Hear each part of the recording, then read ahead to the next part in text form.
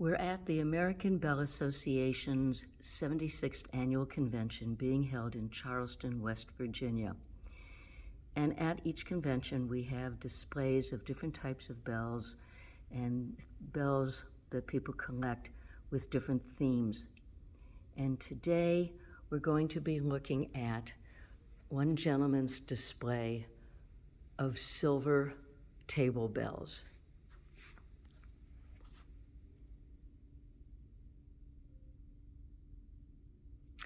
We just finished a presentation by this gentleman, and he explained to us all about the different English, French, German marks to indicate the type of silver content for the bells.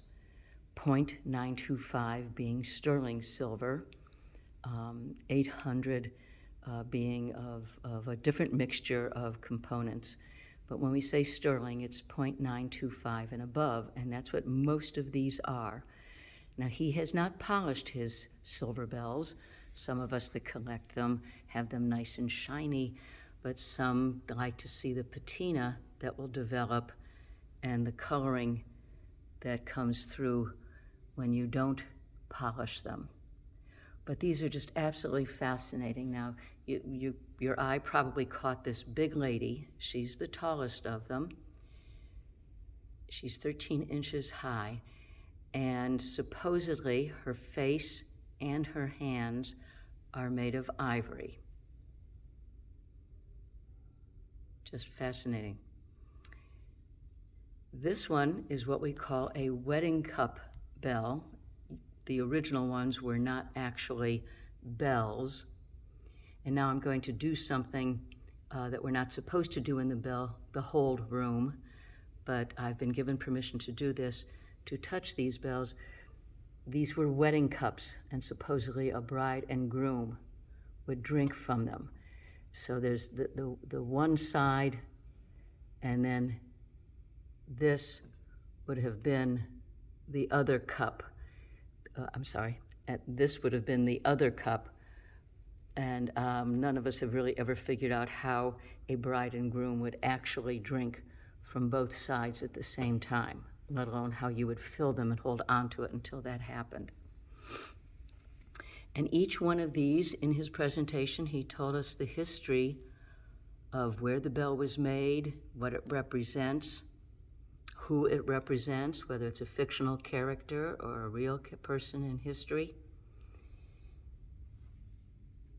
And they're just absolutely beautiful to look at. The workmanship. Let me see if I can zero in here. Look at some of the detailing. The writing. Those were actual words that you could read. That's a clever one.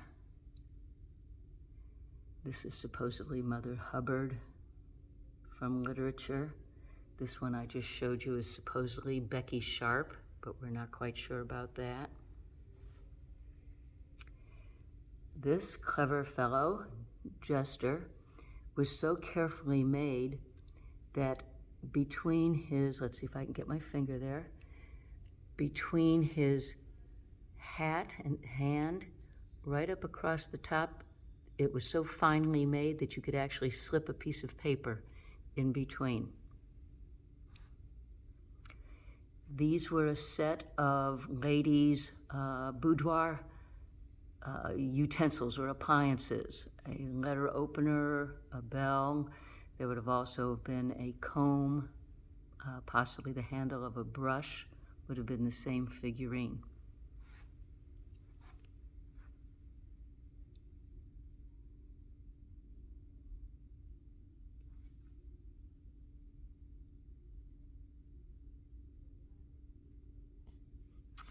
And there's an interesting item about this particular one.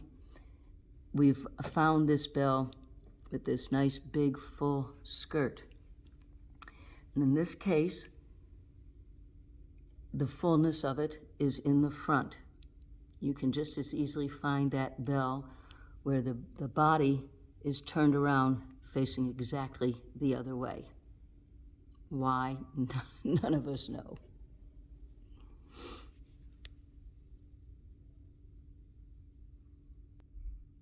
Oops.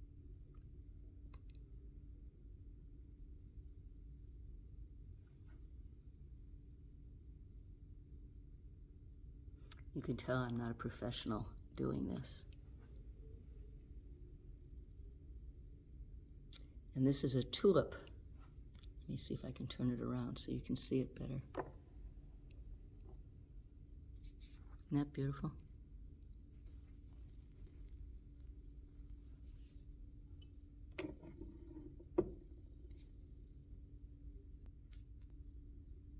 I'm really not touching that button, believe me.